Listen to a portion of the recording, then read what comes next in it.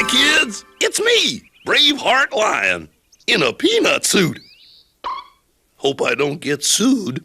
Anyways, the reason I'm wearing this here peanut disguise is 'cause I'm gonna sing to y'all about how to make peanut butter balls. Pretty cute idea, huh?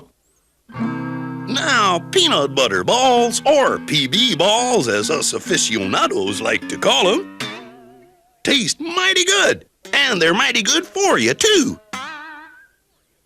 Well, I think that's about enough tuning, so let's get down to business. Oh, for PB balls, for PB balls, this is what you do. Get a big bowl, yes, a big bowl, and a measuring cup, too. You need granola and brown sugar and some skim milk powder, too. Raisin sesame seeds or dried coconut, and of course, the PB too. Take 1 cup granola, that's 250 milliliters, and you put it in the bowl. Add the same amount of skim milk powder and put it in there too. Then get your raisins and brown sugar, measure half a cup of each. That's 125 milliliters for you metric folk. And then you dump them in the bowlie, and then in with your hand you reach.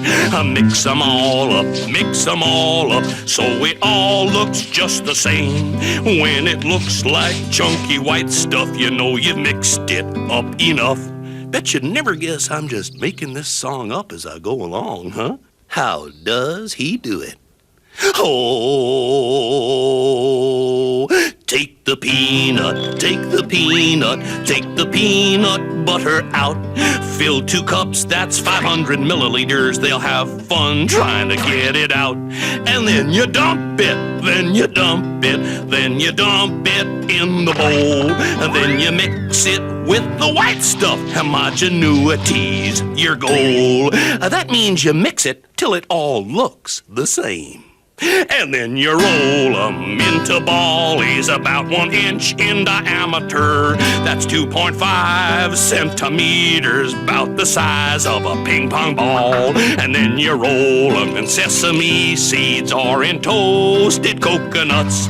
Put them in the refrigerator. Now you have your PB balls. Oh, yeah. Well, there you go, partners. Now you know how to make them. Of course, they don't really have those cute little faces on them.